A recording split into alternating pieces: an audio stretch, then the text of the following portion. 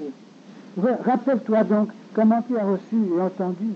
Effectivement, l'Église de la Réforme a reçu en redécouvrant la Bible, alors que pendant des siècles maintenant, la Réforme a de plus en plus critiqué et rejeté la Bible. Rappelle-toi donc comment tu as reçu et entendu, et garde, et repens-toi.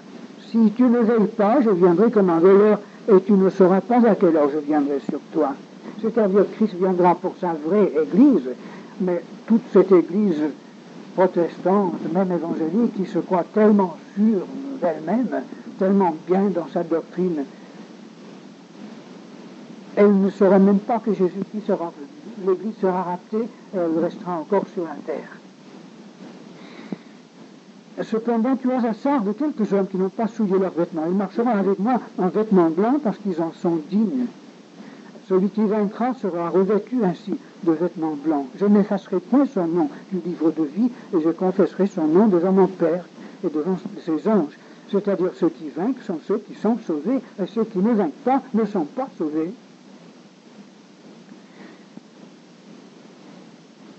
Combien d'églises aujourd'hui en Occident sont caractérisées par la description de cette photographie que nous avons.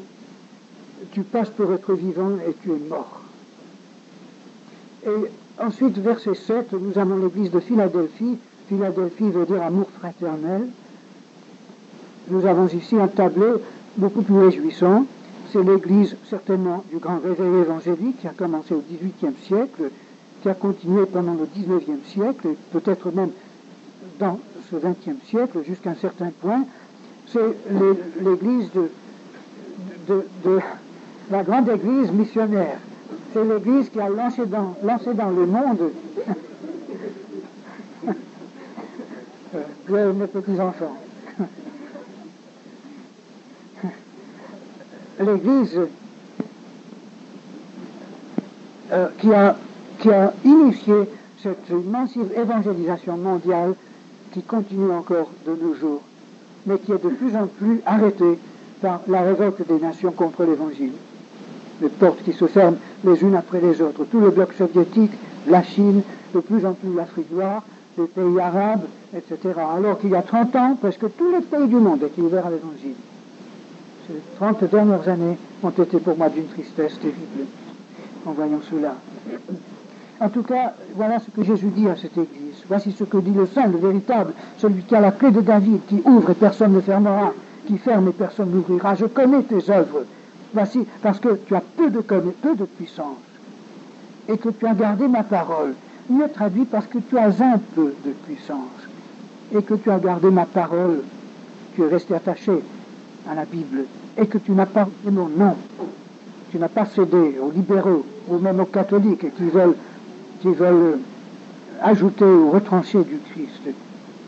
J'ai mis devant toi une porte ouverte que personne ne peut fermer. Je te donne ceux de la synagogue de Satan qui se disent juifs et qui ne le sont pas, mais qui mentent. Voici, je les ferai venir se prosterner à tes pieds et connaître que je t'ai aimé. Parce que tu as gardé la parole de la persévérance en moi, je te garderai aussi à l'heure de la tentation. On peut le traduire aussi de l'heure de la tentation qui va venir sur le monde entier pour éprouver les habitants de la terre. Je viens subitement, retiens ce que tu as afin que personne ne prenne ta couronne. Celui qui vaincra, je ferai de lui une colonne dans le temple de mon Dieu et n'en sortira plus. J'écrirai sur lui le nom de mon Dieu et le nom de la ville de mon Dieu, de la nouvelle Jérusalem qui descend du ciel d'auprès de mon Dieu et mon nom nouveau. Celui qui a des oreilles entende ce que l'Esprit dit aux églises. L'église de la Philadelphie, l'église de l'amour fraternel, c'est l'église devant laquelle Dieu met une porte ouverte.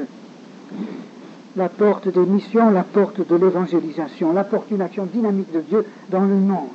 Et Dieu dit ici que personne ne peut fermer cette porte. Mais la porte est fermée pour les autres églises.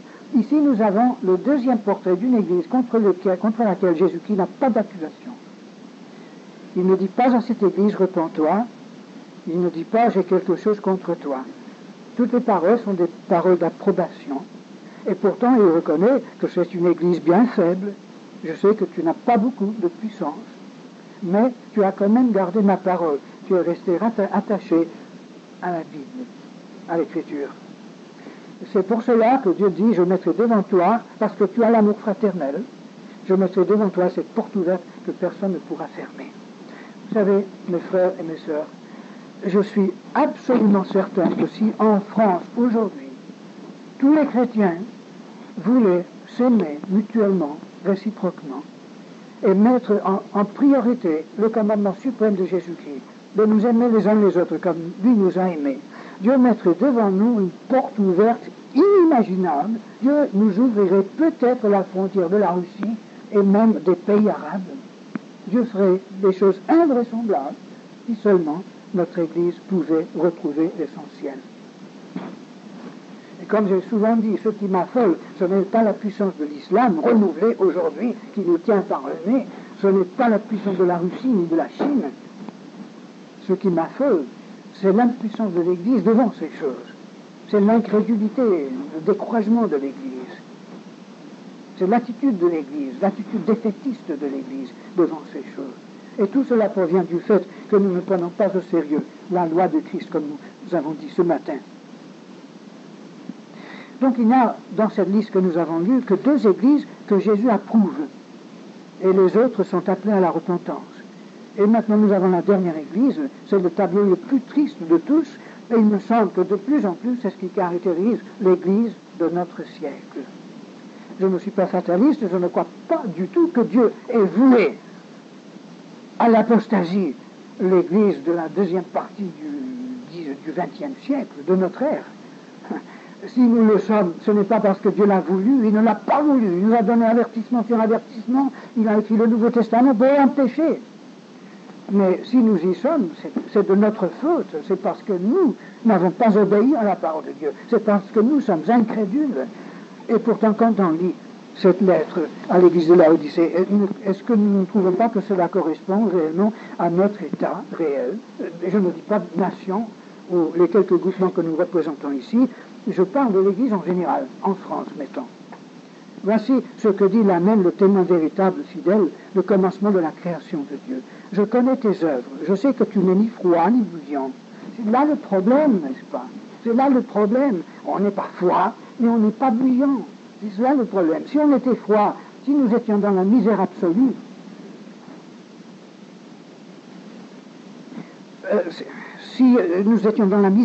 nous reconnaîtrions peut-être notre besoin. Si nous étions comme nos frères à quelques milliers de kilomètres d'ici, derrière du fil barbelé ce soir par un vent venant du pôle Nord, est-ce qu'il n'y aura pas plus d'espoir pour nous que dans notre petit confort occidental? Puisses-tu être froid ou bouillant, ainsi parce que tu es tiède, parce que tu n'es ni froid ni bouillant, je te vénérerai de ma bouche. Parce que tu dis, je suis riche, je me suis enrichi, je n'ai besoin de rien, parce que tu ne sais pas que tu es malheureux, misérable, pauvre, aveugle et nu. Je te conseille d'acheter de moi de l'or éprouvé par le feu, cela veut dire une véritable foi, des vêtements blancs afin que tu sois vêtu et que la honte de ta nudité ne paraisse pas, c'est-à-dire la véritable justice de Christ, une vie juste, justement vécue, et un collier pour oindre tes yeux afin que tu vois, alors que nous sommes pratiquement aveugles et myopes. Moi je reprends et je châtie tous ceux que j'aime, et donc du zèle, et repens-toi. Donc il y a encore de l'espoir, si nous pouvons nous repentir. D'ailleurs, il y a toujours de l'espoir pour celui qui peut se repentir, c'est-à-dire changer d'attitude. Là où il n'y a plus d'espoir, c'est là où il n'y a aucune possibilité de changer d'attitude. Tant que nous pouvons changer de mentalité, il y a de l'espoir. Je me tiens à la porte et je frappe. Si quelqu'un entend ma voix et ouvre la porte, j'entrerai chez lui, je souperai avec lui et lui avec moi. Celui qui vaincra, je le ferai asseoir avec moi sur mon trône, comme moi j'ai vaincu et je me suis assis avec mon Père sur son trône. C'est une promesse formidable, être associé à Jésus-Christ dans toute sa royauté. Et il promet d'entrer là où on lui ouvre la porte. La tragédie de notre époque, c'est que le monde évangélique en Occident ne reconnaît pas son besoin. Cela fait 30 ans que je prêche le réveil, que j'avertis le peuple de Dieu, que je lui dis, nous allons vers le danger, vers la catastrophe. Inévitablement, si nous ne nous jugeons pas nous-mêmes, nous serons jugés. Inévitablement, si nous ne nous repentons pas, nous nous soumettons à la colère de Dieu. Inévitablement, Dieu doit nous châtier puisqu'il nous aime. Il est impossible que Dieu nous laisse dans notre médiocrité. Impossible, à moins que Dieu ne nous remie complètement. Mais la menace que Jésus apporte à cette église de Laodicée est pire que toutes les autres menaces. À Éphèse, il a dit « Je ôterai ton chandelier ». À Pergame, il a dit « Je te combattrai avec l'épée ». À Thyatire, il a dit « Je te donnerai la tribulation ». Il le dit, par exemple, à l'église de Philadelphie, rien de tout cela. Mais maintenant, il dit à l'église d'Éphèse, de Laodicée, si tu ne te repens pas, je te vomirai de ma bouche. Comme si Jésus-Christ ne pouvait plus supporter ce mot église. Comme si cela le répugnait. Il était obligé de renier tout ce qu'on appelle église. Et il me semble que de plus en plus, c'est ce qui arrive de nos jours, n'est-ce pas? Je tremble pour ce qu'on appelle église aujourd'hui. Je sais que beaucoup de personnes ne m'aiment pas à cause de ce message. Là, je rejoins un peu tous les prophètes de l'Ancien Testament qui n'étaient pas tellement aimés non plus. Je ne peux pas me comparer avec eux, mais je ne peux pas m'attendre à ce que les gens m'aiment quand je leur dis qu'il faut tout revoir à la lumière de la parole de Dieu. C'est difficile quand on a déjà toute une structure, toute une organisation, une institution, lorsqu'on a des salaires, des appointements, lorsqu'on a une hiérarchie, lorsqu'on a des habitudes, des traditions, une liturgie, tout ce que vous voulez. Comment changer tout cela, mettre tout cela dans le creuset, permettre que Dieu peut-être refasse tout cela d'une manière tout à fait différente, et qu'est-ce que nous deviendrons, d'où viendra l'argent, etc. Évidemment, ce n'est pas un message populaire, mais je crois de plus en plus que tant que l'Église n'est pas prête à se laisser examiner à la lumière de la face de Dieu, par la parole de Dieu, et changer tout ce que Dieu dit de changer, de modifier, de manière à apporter au monde un véritable portrait de Christ, qui ne soit pas obscurci par une glace opaque qui torde cette image, mais présenter au monde un Christ absolu et total dans toute sa beauté primitive, un Christ qui vit ici sur la terre. Si l'Église n'est pas prête à faire cela, comment peut-il y avoir un avenir pour ce qu'on appelle l'Église? Je ne dis pas cela par méchanceté, ce n'est pas que je n'aime pas mes frères, que je n'aime pas les églises. Si je ne les aimais pas, je deviendrais athée. C'est par amour que je le dis, c'est parce que je tremble, c'est parce que je sais, je sens que le jour viendra où tout le monde sera obligé de choisir entre tout cela et Jésus-Christ. Ce qui est arrivé en Chine doit nous servir de leçon inoubliable. Lorsque les communistes ont pris le pouvoir en Chine, après avoir dit qu'ils ne se mêlaient pas aux affaires de la religion, ils ont très malinement constitué un comité de chrétiens très connus, très célèbres, qui devaient eux-mêmes refaire l'Église, non pas à l'image du Nouveau Testament, mais à l'image du communisme. L'histoire de l'Église en Chine pendant les 10 ans après, c'était une histoire ahurissante. La manière dont presque toutes les églises et les missions ont accepté d'être dirigées par ce comité qui apportait des arguments très bibliques pour s'unir, pour expulser les missionnaires étrangers, pour purger la littérature et finalement pour mettre à l'index tous les hommes qui prêchaient fidèlement la Bible, etc. Finalement, toute l'Église était sous l'emprise du gouvernement communiste sans que le gouvernement communiste bouge un petit doigt pour le faire.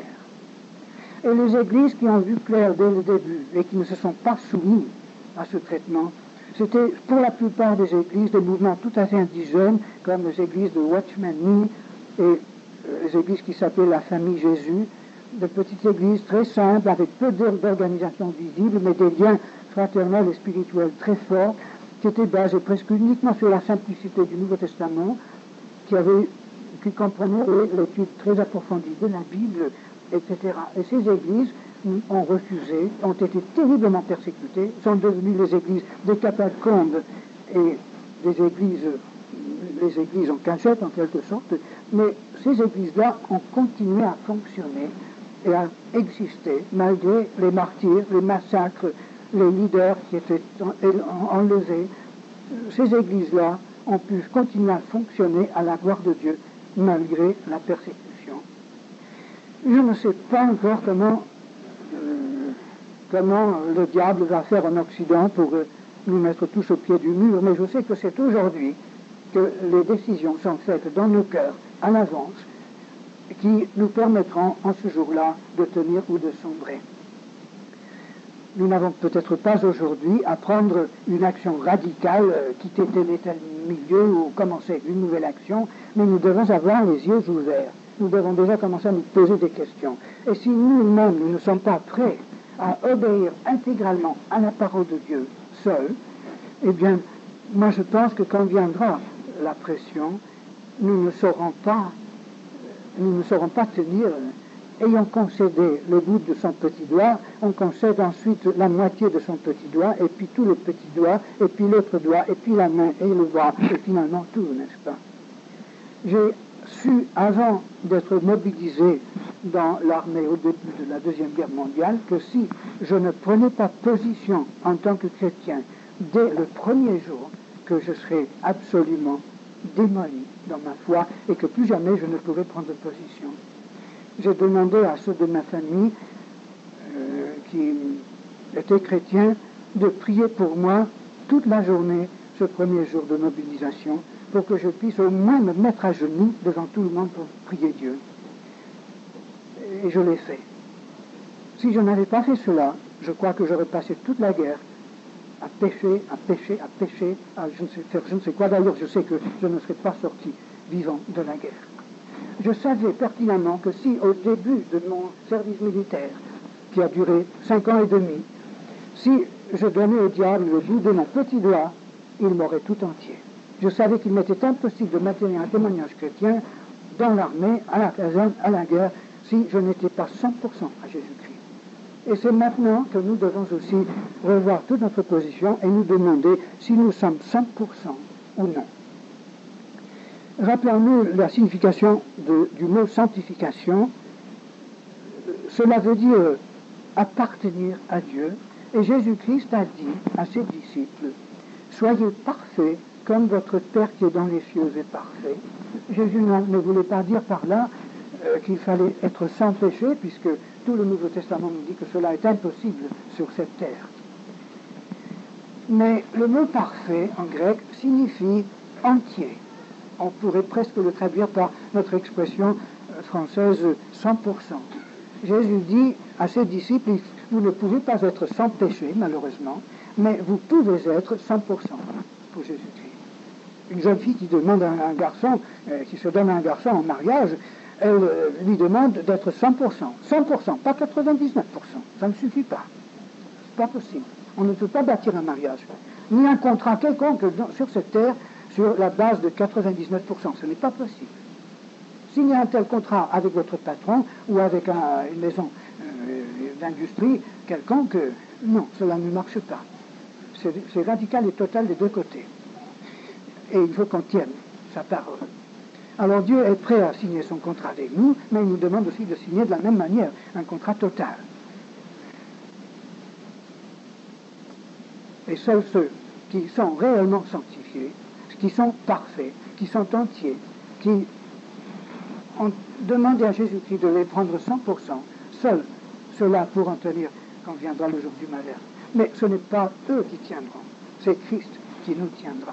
Et il me semble, selon ces lettres de l'Apocalypse, que Jésus-Christ s'attend à ce que ces véritables enfants tiennent. Et que si on ne tient pas, on n'est pas un enfant de Dieu. Il me semble que cela ressort de la lecture de ces 7 lettres. Vous savez, dans notre monde occidental, où on n'est pas persécuté, où nous avons tous les conforts possibles, à part une toute petite carence de mazout, n'est-ce pas, il nous semble peut-être possible d'être chrétien sans être entier.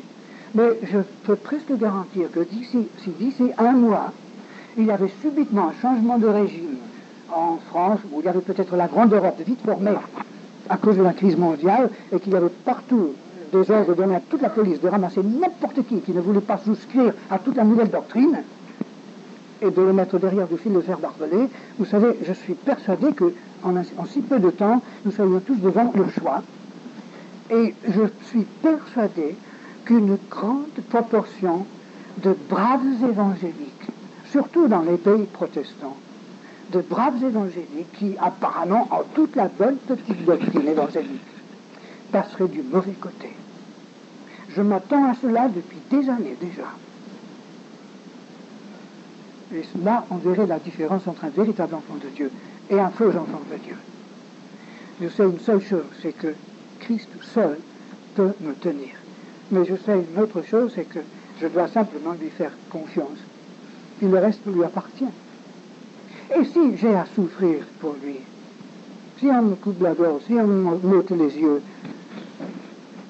si on me torture psychologiquement, physiquement pendant des mois entiers, si je ne reste qu'une épave après tout cela, vous savez, dans la gloire, dans le royaume de Dieu, je regardais aussi les mains de Jésus-Christ et son front, son corps. Je verrai encore des cicatrices sur ce corps. Il va porter pendant toute l'éternité ces cicatrices, j'en suis persuadé. Et je pense que nous aurons peut-être aussi le droit de porter nos cicatrices dans notre corps ressuscité. Et je crois que c'est la seule chose dont nous aurons le droit d'être fiers. Ce ne sera pas de l'orgueil, non. Mais je crois que nous porterons les cicatrices de nos souffrances pour Jésus-Christ, comme si c'était les médailles que Dieu, dans sa grâce, nous avait confiées pour la campagne que nous avons vécue, en plein désert, en pleine bagarre, en pleine guerre vis-à-vis de l'ennemi. Pas une question d'avoir un brin d'orgueil, ce n'est pas cela, absolument pas. Et je crois que ceux qui n'ont pas beaucoup souffert pour Jésus-Christ dans l'éternité vont le regretter. Je sais aussi que c'est dans la souffrance, surtout, que Dieu se révèle. Je termine avec une anecdote vraie. Au début des persécutions en Chine, avant même que les communistes ne prennent le pouvoir, il y avait 2 missionnaires qui se sont réfugiés à la frontière de la Chine. L'un d'eux venait d'échapper à des troupes communistes qu'il avait pris prisonniers dans le nord de la Chine et qu'il avait terriblement torturé. On l'avait fait asseoir à cheval sur un banc pendant 3 semaines. Chaque fois qu'il tombait de fatigue ou de sommeil, on le relevait avec une baïonnette. Finalement, il était en prison si longtemps que ses cheveux étaient devenus assez longs pour qu'on les noeud derrière la tête et qu'on l'attache derrière une voiture et qu'on le traîne, après l'avoir battu, le dos tout lacéré, qu'on le traîne dans la boue, la poussière, dans toutes les rues de la ville. Finalement, on l'a traîné hors de la ville, on lui a donné une pelle, on l'a obligé de creuser son propre tombeau, et finalement, on lui a attaché les mains et on l'a fait se mettre à genoux devant son tombeau, et il était là devant un peloton d'hommes qui allait le fusiller, qui allait le mitrailler pour qu'il tombe dans son tombeau. Et à cet instant, des troupes nationalistes sont survenus et les communistes ont pris la fuite et il a été sauvé miraculeusement en dernière minute. Et quand il racontait cela à son camarade missionnaire, son camarade lui disait, tu dois drôlement reconnaissant maintenant d'avoir échappé, tu vas rentrer en Amérique maintenant pour te reposer un petit peu. Et l'autre l'a regardé étrangement, il a dit, rentrer en Amérique, pourquoi faire? Je vais rentrer dans le nord de la Chine, il y a des centaines, des milliers d'âmes qui cherchent Dieu là-bas. Et l'autre lui a dit, mais comment tu n'as pas la force de revenir dans ce pays où tu as été tellement malmené? Et l'autre l'a regardé, l'a pénétré de son regard, il a dit, il me semble que tu n'as rien compris. Quand on a souffert pour le Christ à ce point-là, on reçoit une vision de Christ, une vision, une connaissance de Dieu, qui est au-delà de toute description possible et qui rend nulle la valeur des souffrances en comparaison avec la supériorité de cette connaissance du Christ qui nous est donnée.